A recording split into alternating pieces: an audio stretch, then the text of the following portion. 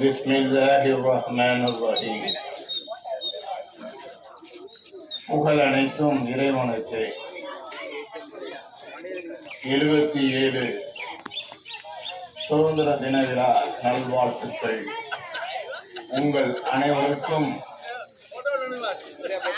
ஆன்மீக அரசியல் பயணம் சார்பில் என்னுடைய வாழ்த்துக்களை உங்களுக்கு தெரிவித்துக் கொள்கிறேன். சுதந்திர தின விழாவின் நேரத்தினை கொடியினை ஏற்றி பொறுப்பினை ஏற்றிருக்கும் தலைவர் அவர்களே, முன்னணியின் பொறுப்பாளர்களே, சிறப்பு விருந்தாளிகளே, இங்கே வருகை தந்து சிறப்பித்துக் கொண்டிருக்கின்ற அனைவருக்கும் என் வாழ்த்துக்களை தெரிவித்துக் கொண்டு, சுதந்திர தினம் என்றால் என்ன, ஏதோ கொடி ஏற்றினாங்க மிட்டாய் கொடுத்தாங்க என்பது நிகழ்ச்சி அல்ல. சுதந்திர தினத்திற்காக நம் முன்னோர்கள்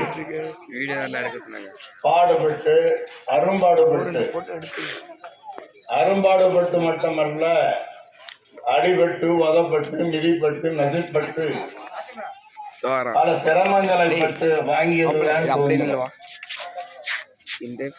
அப்படி சுதந்திரத்தை பெற்று தந்த நம்ம முன்னோர்கள் இன்றைய நிலை எப்படி இருக்கின்றது என்பதை எண்ணி பார்க்கின்ற நேரத்தில் அது உங்களிடத்திலே ஒப்படைத்து விடுகின்றன. அந்த பொறுப்பை நாட்டுக்காக அர்ப்பணித்தவர்கள் எல்லாம் எங்கே இருக்கின்றார்கள் என்பது தெரியவில்லை. நான் ஒன்று மட்டும் உங்களுக்கு சொல்லிக்கொள்ள ஆசைப்படுகின்றேன். நான் 3ஐ நேசிக்கின்றேன். ஏன் அதை நான் காதலிக்கின்றேன். ஒன்று என்னுடைய திருநாடு இந்திய நாடு, அதை நான் நேசிக்கின்றேன். நான் பிறந்தது தமிழ்நாடு, என் தமிழை நேசிக்கின்றேன்.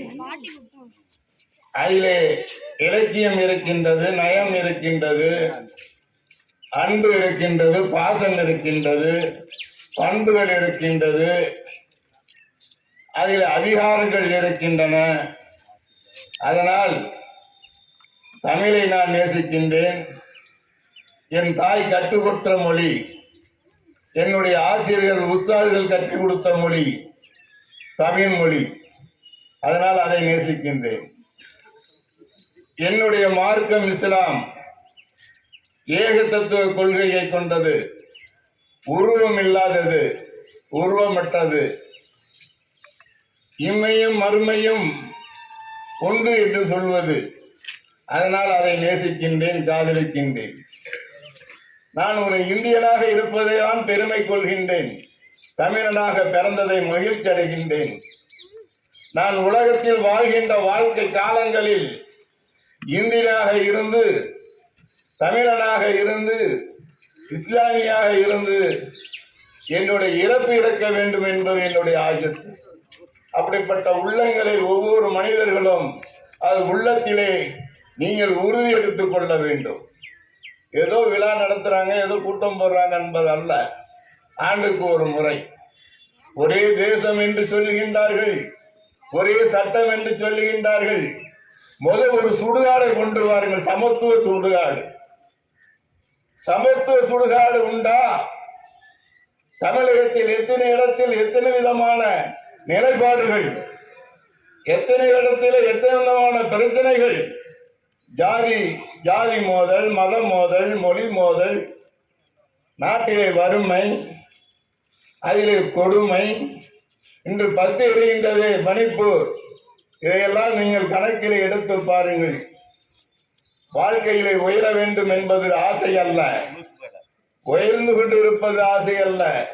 லட்சியத்தோடு வாழ வேண்டும். லட்சியங்கள் மனிதன் உள்ளத்திலே உதிக்க வேண்டும். அந்த பணிகளை நீங்கள் மேற்கொள்ள வேண்டும். இளைய சமுதாயமே உங்கள் கையில் தான் உள்ளது என்பதை கூறி, வாய்ப்புக்கு நன்றி கூறி, இந்த சுதந்திர போராட்ட தியாகங்களை நினைவு கூர்ந்து அவர்களை நாம் பிரார்த்தித்து எனக்கு வாய்ப்பளித்த தமிழ்நாடு முஸ்லிம் முன்னேற்ற கழகம், மனிதநேய மக்கள் கட்சி, அல் ஜாமியாத்துல் சாலிஹாத்து நிர்வாகஸ்தர்கள், ஜமாத்தார்கள், இந்த அவையில் அமர்ந்திருக்கும் அனைவருக்கும் என்னுடைய வாழ்த்துகளையும் நன்றியிலும் நிறைவு செய்தவனாக மீண்டும் சந்திப்போம். நாம் நாட்டை பற்றி சிந்திப்போம். எல்லா புகழும் இறைவா உனக்கே. சாந்தி.